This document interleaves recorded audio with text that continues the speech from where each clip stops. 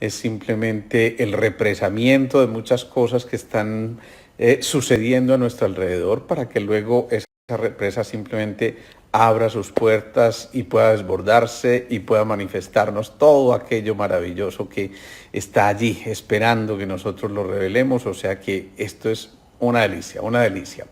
Veníamos hablando entonces ayer un poco de afán por lo de la charla que tenía, de esto de la importancia de rescatar al sanador que todos llevamos dentro, y mencionamos una serie de características importantes a tener en cuenta para poder encontrar ese sanador. Realmente el cuerpo tiene en promedio el 75% de posibilidades de sanar patologías sin necesidad de la intervención de nada extraño a él. Obviamente hay cosas que nosotros como médicos interpretamos y digamos que canalizamos, encauzamos para que nuestros pacientes logren llegar a deducciones importantes y sean aprendices en su propio proceso de recuperación o de sanación. Y algunas de esas características son precisamente, uno, la sencillez, la sencillez. Allí donde está lo sencillo, habita lo grande, y eso es muy importante tenerlo en cuenta.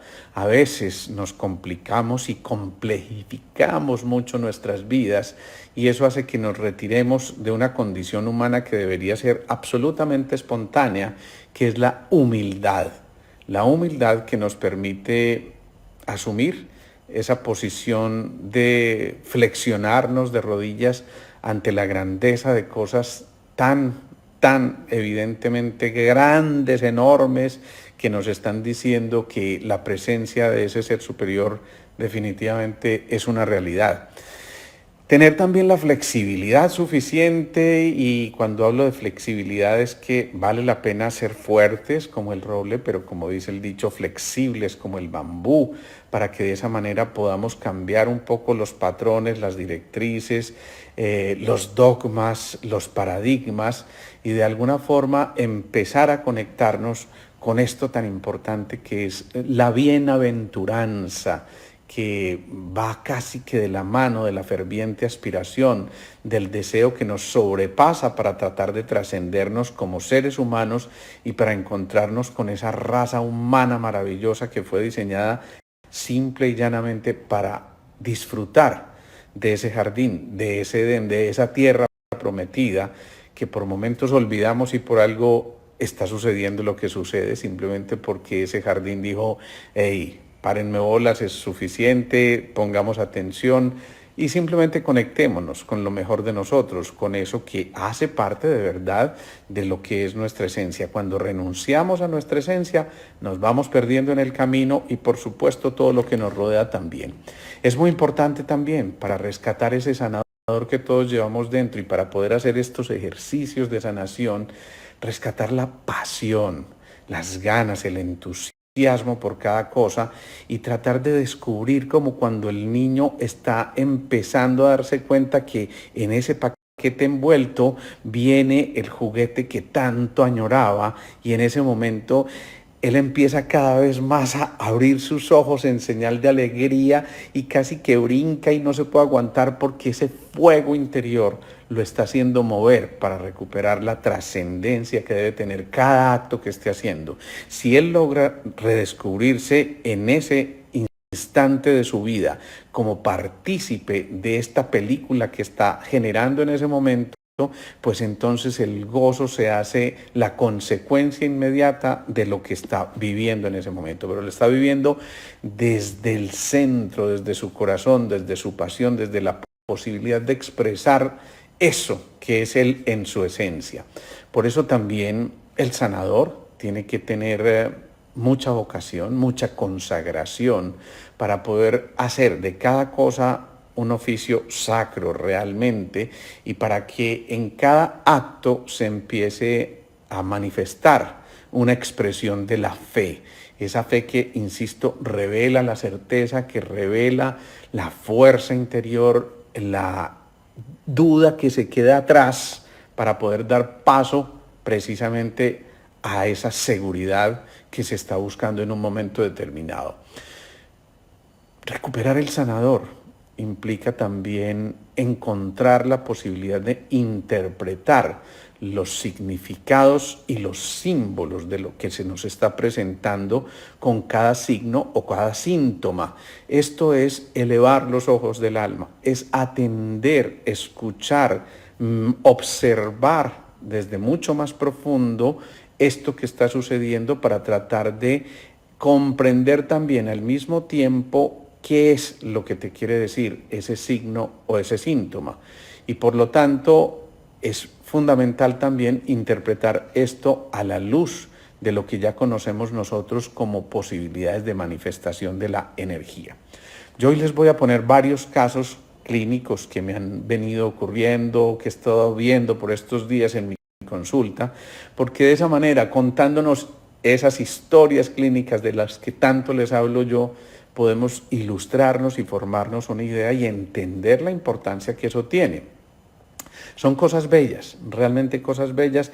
Los pacientes acceden a que cuente sus historias, obviamente reservamos nombres, reservamos algunos detalles personales, por supuesto que sí, pero acceden fácilmente porque saben que su historia es la historia de muchos otros y que resolviendo ese entramado que se presentó en sus propias vidas van a ayudarle a muchos otros a que se den cuenta primero que no estaban viviendo solos su drama y que al contrario cada momento que están experimentando de alguna forma les está facilitando también la comprensión a aquellos otros que a manera de eco interpretan toda esta información y eso realmente es muy bello. El primer caso, que no lo conozco, pero que me da paso para explicar algunas cosas importantes, es justamente un mensaje que recibí hace unos minutos antes de entrar al en vivo, en que alguien me preguntaba si yo tuve una fractura del coxis, ¿puedo tener problemas a nivel del primer centro?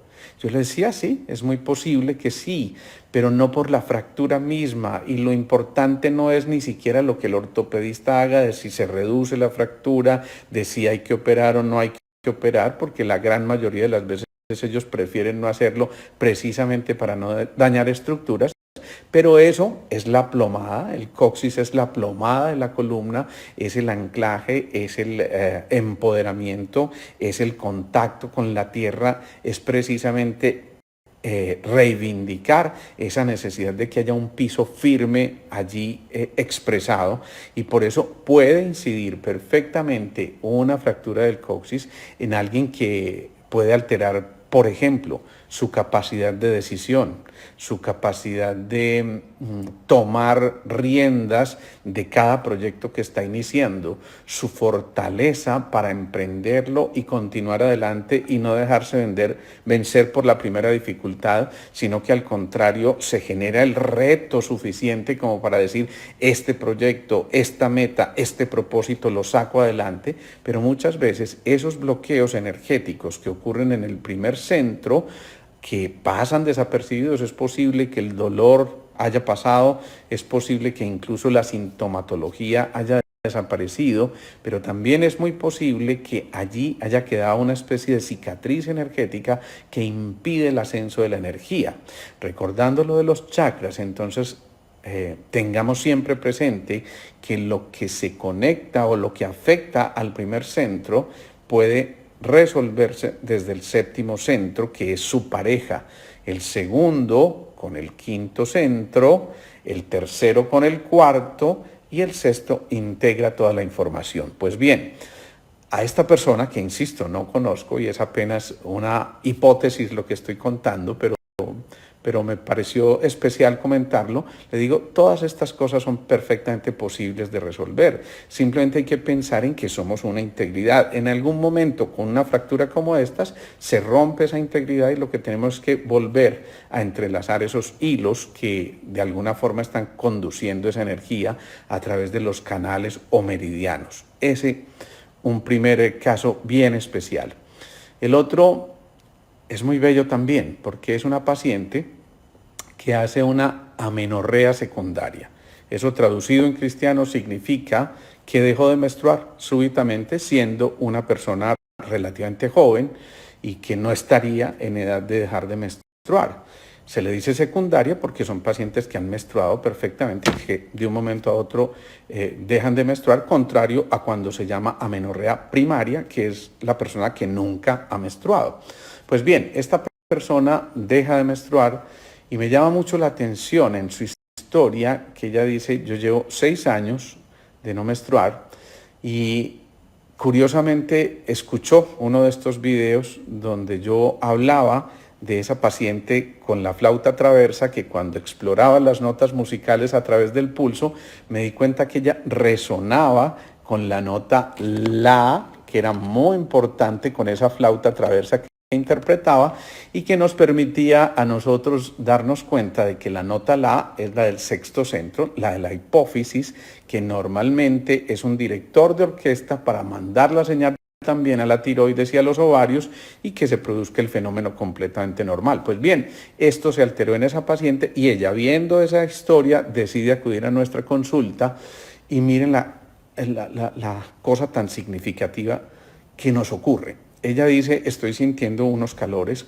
como parecidos a los de la menopausia, pero además en su historia hay una cosa muy bella en medio de todo lo que significó para ella identificar lo que está ocurriendo, porque obviamente cualquiera que no está menstruando piensa: hombre, esto es un problema del segundo centro que tiene que ver con la pelvis, con los ovarios, con la matriz, y realmente en el caso de ella esto trascendía un poco. A pesar de que la expresión es ahí, en el segundo centro, había una connotación muy importante, y es que en sus planes ella no tuvo nunca concebido como primera instancia ser mamá, pero sin embargo se casa, lleva una vida de pareja, en fin, todas esas cosas, y de un momento a otro, cuando menos se lo esperaba, queda en embarazo y viene como su negación.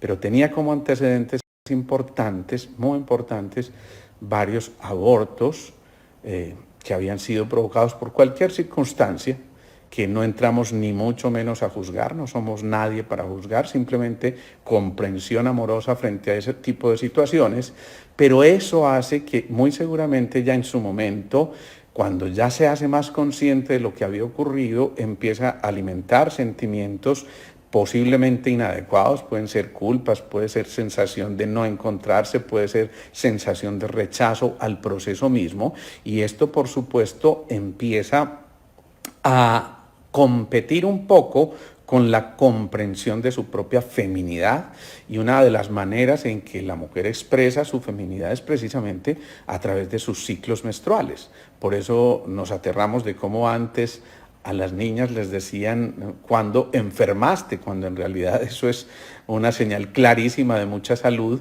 y por supuesto eso implica que hay una integridad en todos los sistemas y los funcionamientos del cuerpo.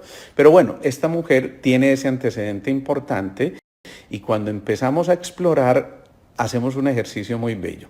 Hay un aparatico del que ya les he hablado, es un metrónomo. Un metrónomo es un afinador de instrumentos, pero este aparatico me permite a mí, cuando ella va hablando, mirar cuál es la nota por excelencia que ella está emitiendo a través de su voz. Y curiosamente, con este aparato, cuando ella está diciendo cualquier frase de corrido, por ejemplo, estoy aquí feliz por esto y esto y esto y esto, yo voy midiendo esa nota promedio y resulta ser una nota la en la tercera escala. Eso traducido en cristiano es otra vez la nota la, do, re, mi, fa, sol, la, otra vez hipófisis, pero en la tercera escala, y eso ya me hace pensar a mí que hay un proceso con los apegos. Acuérdense que el tercer centro, y eso representa la tercera escala, está en relación con los apegos. Es decir, a mí me dice, hay algo que ella no ha soltado desde su plexo solar, desde su tercer centro, y que está guardando, integrando en su sexto centro, nota la, que está haciendo que posiblemente se quede ahí bloqueada. Y cuando buscamos esa nota en su cuerpo, encontramos también que la resonancia, la mayor reacción del pulso, la encontramos en su segundo centro. Es decir, que desde los apegos ella no ha soltado algo que tiene que ver con su segundo centro, posiblemente en relación con esos antecedentes, y que no está integrando de manera adecuada en su sexto centro, y por eso la hipófisis se altera. Hoy empezamos a trabajar en esto, pero lo que quiero llamarles la atención es cómo cada uno de estos signos o síntomas nos está expresando muchas de las cosas que el paciente está viviendo, y por eso vale la pena pensar en ese tipo de circunstancias. Tercer paciente. Además, un paciente que me llenó mucho de alegría porque lo vi hace algunos años con problemas de adicción y muy importantes, y me inquietaba muchísimo porque era un muchacho realmente que en esa época aparentaba un consumo energético tremendamente grande, se veía completamente desdibujado. Los pacientes adictos generalmente tienen una cara opaca, como terrosa, que le hacen pensar a uno que hay mucha toxicidad en su cuerpo. Y por esa época yo recuerdo, hicimos una terapia muy bonita, y era la de mirarse al espejo para poder sensibilizarse con su propia imagen, y realmente muchos de los adictos tienen un conflicto con su propia imagen.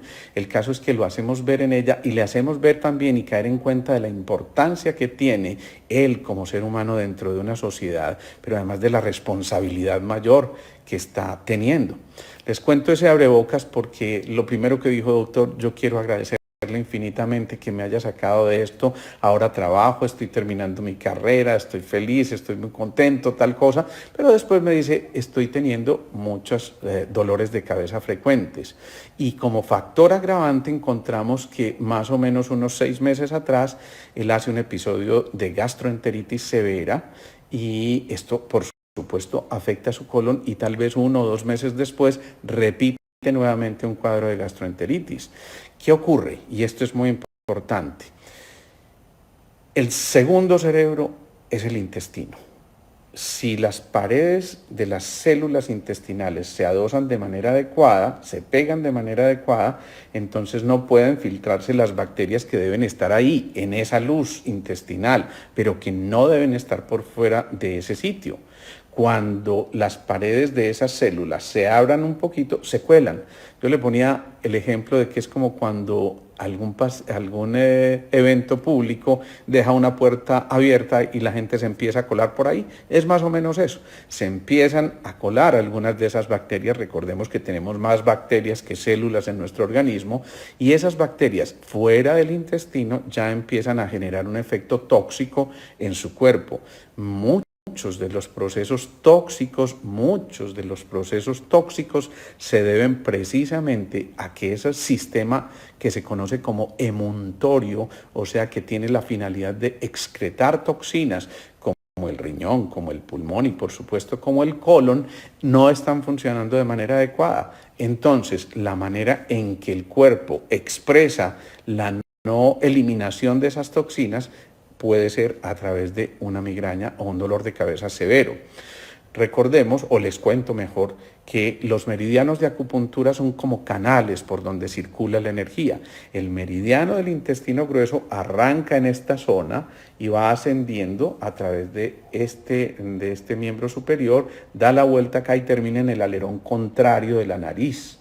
Por eso muchos de los procesos, insisto, dolores de cabeza tienen que ver con ese meridiano del intestino grueso, pero también cuando hubo una infección como la que él tuvo, generalmente a nivel de la válvula ileocecal, que es la que comunica el intestino delgado con el intestino grueso y que se comporta como el gran basurero del organismo, se va acumulando ahí todas esas cantidades de toxinas, y nos toca hacer un drenaje profundo de esa válvula, que es un masaje fuertecito, doloroso, molesto, pero en el que generalmente es como si hubiéramos destapado todo eso y permitido que ya nuevamente pasara a través de esa válvula y sea excretado finalmente. Pues bien, muchos de esos procesos migrañosos tienen que ver precisamente con la falta o la alteración en la eliminación de toxinas, que entre otras cosas también les menciono por ahí derecho porque sé que es algo que se presenta con mucha frecuencia, ocurre mucho en los pacientes que tienen trastornos de sinusitis crónica. Una cosa es una sinusitis aguda porque se expuso al frío por cualquier circunstancia como esta, Pero otra cosa es una sinusitis crónica que ya se mantiene mucho en el tiempo y que recibe todos los tratamientos con antihistamínicos, antibióticos, drenadores, etcétera, etcétera, y vuelven a recaer porque la estamos tratando en lo local, pero muchas veces lo local no es otra cosa que una expresión de lo periférico. Muchos de los pacientes con un problema de sinusitis, ahí les paso pues el truquito, me voy a quedar sin pacientes.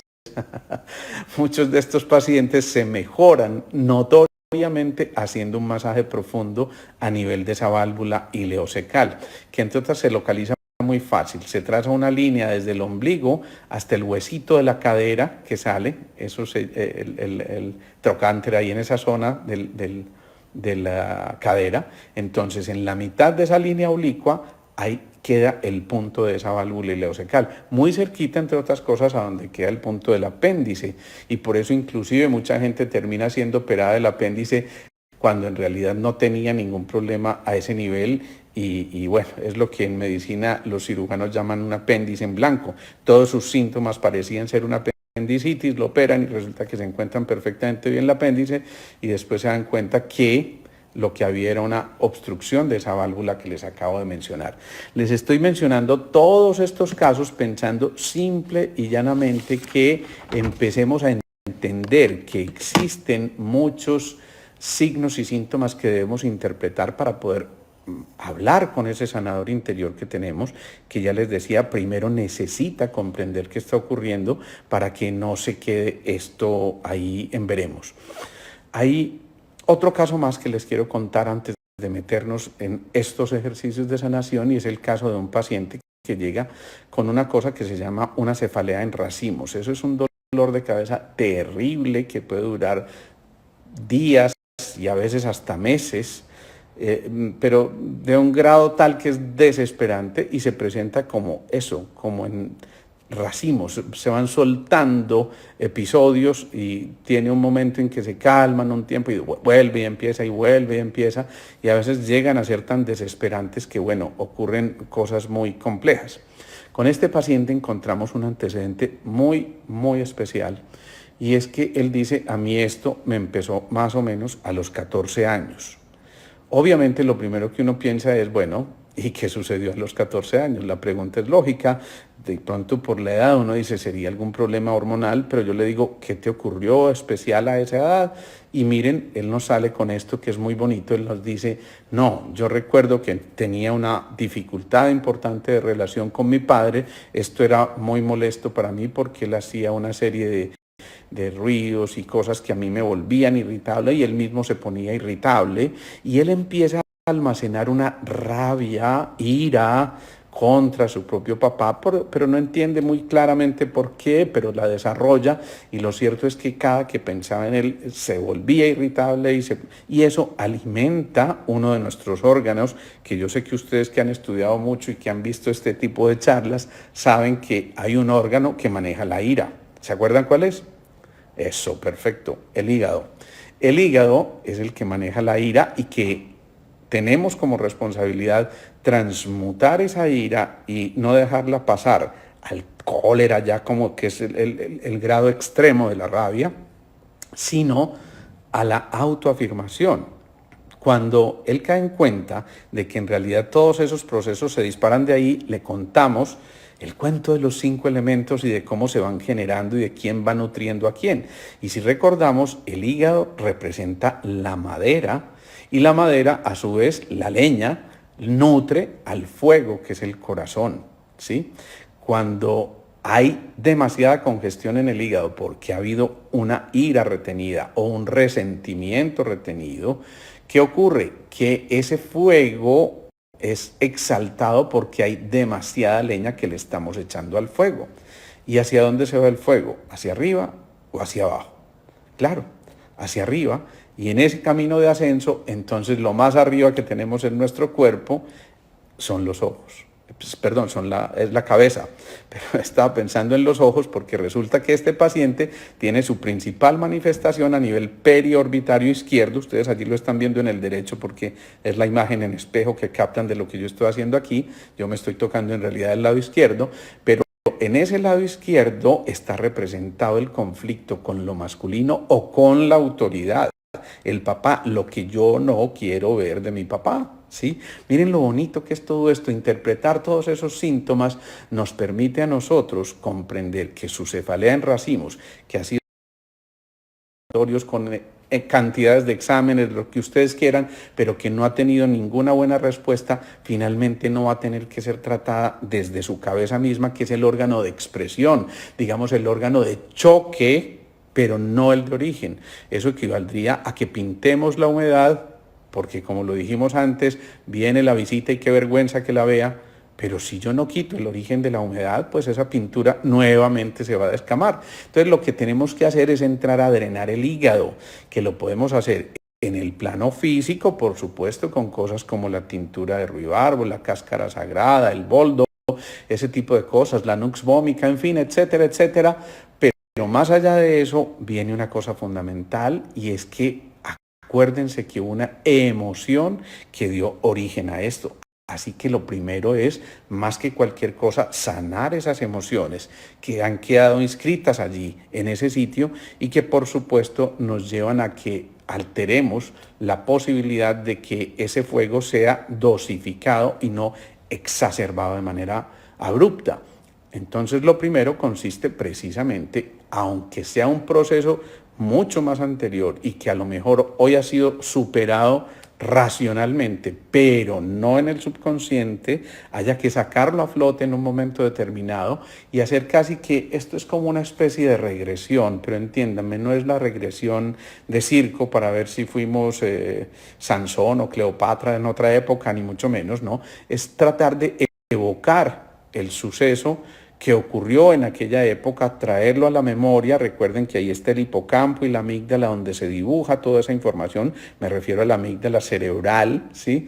Y allí queda registrada esa información y lo que hacemos es tomar una pequeña muestra de esa información a través de algunas técnicas que podemos utilizar en nuestra consulta y lo que hacemos es darle luego 2 goticas que permiten empezar a hacer el proceso de drenaje. Entonces drenamos el cuerpo físico, por supuesto, duele el cuerpo físico, pero también lo drenamos desde las emociones y también lo tenemos que drenar desde las ideas o pensamientos para que lo que se elabore en adelante en relación con este proceso sea algo que realmente sea productivo, que edifique, que construya y no que simplemente siga llenando de emociones erróneas.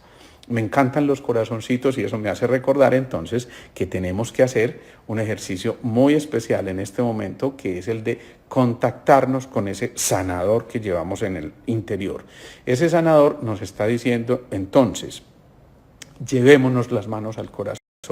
Cuando decimos nos llevamos las manos al corazón, no estamos llevándola por azar al corazón. Podríamos decir, llevémoslas a la cabeza o a la nuca o a cualquier parte, pero lo llevamos al corazón porque hemos dicho que es el órgano que representa el fuego y el fuego, a su vez, es el elemento transmutador para casi todas las culturas. Es el que hace la verdadera alquimia. Desde el fuego entonces se transmutan muchas cosas que hemos vivido y que quedaron registrados en todo nuestro cuerpo, especialmente en esa visión del subconsciente del que hemos mencionado tantísimas veces, y por eso nos llevamos las manos al corazón, para además impregnarnos de esa fuerza del amor y para poder también desde allí ejercer casi esto que es el mudra del vuelo, donde extendemos con las manos, que no son otra cosa que la prolongación del corazón, la posibilidad de contactarnos con eso que sí somos nosotros, no con lo que hemos asumido como si fuera parte del equipaje sin serlo, y es la mejor manera de empezar a liberarnos. Entonces nos llevamos las manos al corazón. Una condición fundamental del sanador que todos llevamos dentro es la sensación de paz, de alegría interior y sobre todo de la posibilidad de encontrarnos con esa pausa. Por eso entonces también hacemos los movimientos respiratorios y yo los invito a que vayamos haciéndolo en la medida en que yo les voy relatando este proceso, porque vamos a hacer el ejercicio de sanación para nosotros mismos en este momento. Vamos a ser un poquito egoístas hoy, vamos a pensar en nosotros, pero es que es muy importante porque si tú no estás bien, no puedes dar bienestar. Así que si tu pretensión es esa, primero sánate a ti mismo y eso es fundamental. Llevamos las manos al corazón, respiramos lenta y profundamente y ese lento y profundamente también nos está invitando a que rescatemos aquello de las frecuencias, de los ritmos, de las pausas. Acuérdense que allí, en las pausas, en el silencio, habita Dios. Respiramos lenta y profundamente.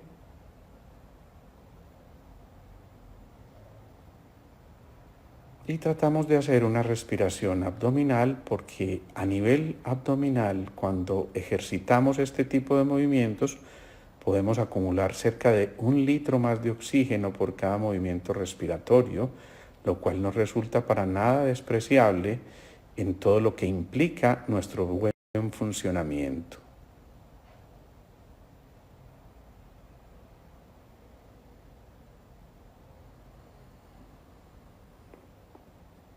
Ahora vamos a elegir como pensamiento semilla esa dolencia que tenemos hoy, bien sea en el plano físico, bien sea en el plano emocional o bien sea en el plano de los pensamientos. Hacemos una pequeña pausa para contactarnos con ese pensamiento semilla, con eso que por alguna circunstancia no está adecuándose muy bien a nuestra cotidianidad y nos molesta, nos impide o nos limita en alguna de estas 3 esferas. Contactamos con esa parte de nuestra, la asumimos como nuestra y pasamos del rechazo a la aceptación. Y en ese movimiento del rechazo a la aceptación se empieza a dar la alquimia porque el fuego del corazón empieza a movilizar toda esa energía, todo ese campo electromagnético que, digámoslo así, entonces visualizamos esa parte de nuestro cuerpo, de nuestras emociones o de nuestros pensamientos que nos inquieta, la llevamos mentalmente a nuestro corazón y sembramos ese pensamiento semilla allí o esa imagen semilla allí para que el corazón empiece a hacer lo que le corresponde, pero a través de una fuerza infinita que es la fuerza del amor. Es la fuerza que todos llevamos dentro, pero sobre todo del amor propio, del reconocimiento, de la aceptación. Y allí entonces visualizamos como si ese corazón envolviera esa imagen que hemos llevado hasta nuestro cuarto centro y se crearan líneas de campo por ese campo electromagnético tan potente que es el corazón coherente, repleto de amor, dibujando la sonrisa del corazón que acuna con mucho cariño, con mucha ternura, eso que ahora nos estaba molestando. Y permitimos simplemente, desde nuestra observación pasiva, sin generar ningún tipo de juicio ni de crítica, sino solo desde la contemplación, que ese corazón haga lo que debe hacer como órgano de alquimia y para que desde allí empiecen a transmutarse esas fuerzas, se empiecen a reordenar los nuevos campos electromagnéticos que a su vez, desde el mayor orden, el del corazón, el del amor, arrastren a aquello de menor orden, eso que nos perturba en este momento. Y visualizamos cómo todo ese proceso se va dando y vamos viendo cómo todo se empieza a poner en orden, todo empieza a alinearse de manera correcta y coherente para que esa actitud sanadora de nuestro cuerpo sea revelada y salga a flote en este momento. Ese sanador interior identifica perfectamente y nos reconcilia con esto que por algún instante estuvo separado de toda nuestra integridad, en cualquiera de esos 3 planos que mencionamos, para que vayamos visualizando cómo en nosotros empieza a gestarse ese milagro de la vida, ese milagro de la fe, ese milagro del amor propio que nos permite, insisto, reconocernos. Lo visualizamos, pero sobre todo lo sentimos con mucha alegría. Recuerden que es la emoción del corazón, con mucha alegría ahí en nuestro cuarto centro.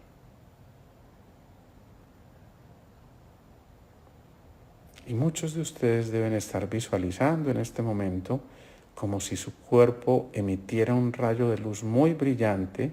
Muy frecuentemente es un color azul índigo, porque el sexto centro está integrando también toda esa información, y ese color azul índigo empieza a cubrir todo nuestro cuerpo, a envolver todo nuestro campo electromagnético, nuestro bioplasma, y de alguna manera empezamos a percibir ese equilibrio que ya es una realidad en nuestro interior.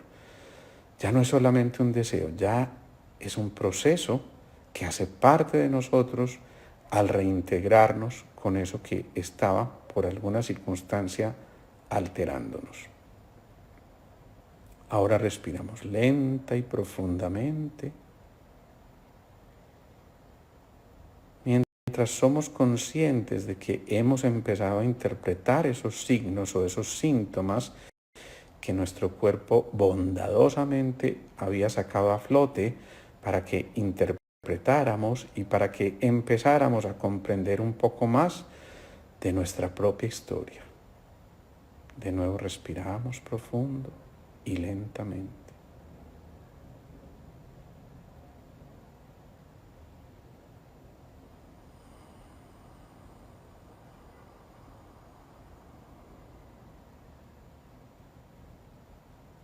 Una vez más.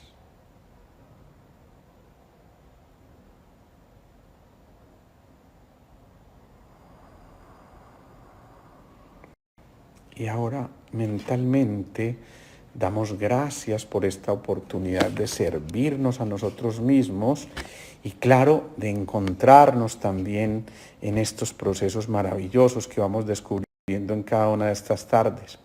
Aprovecho aquí para darle un saludo a María Soledad, a Beatriz Pérez, a Gloria Eugenia, a Lau Muñoz, a Paraíso de las Aves, me encanta ese seudónimo, Sara Lotero, qué rico verte por aquí, Cronospi. Bueno, a todos ustedes de verdad un abrazo muy especial, y espero que esto ya les vaya iluminando un poco más el camino y empecemos a entender. Con una prótesis de cadera, a ver, yo veo aquí una cosa, se afectarían cuáles centros. Es muy probable que toque el primer centro, muy seguramente, porque es el del anclaje también. Se pueden regenerar con tratamiento después de muchos años. No sé a qué te estarás refiriendo aquí, Nicolás, pero si te refieres al cuerpo físico como tal o alguna lesión, sí, pues por supuesto que sí, y es perfectamente posible hacerlo. Nada más es una necesidad del cuerpo y él se encarga de filtrar esto. Es muy importante que entendamos eso, porque realmente así ocurre. Gracias por lo compartido, excelente sanación, nos dicen por aquí, mil gracias. Gracias, Diana Betancourt, muchas gracias. Leticia Garzón, un abrazo para ti. Bueno, vamos a ver.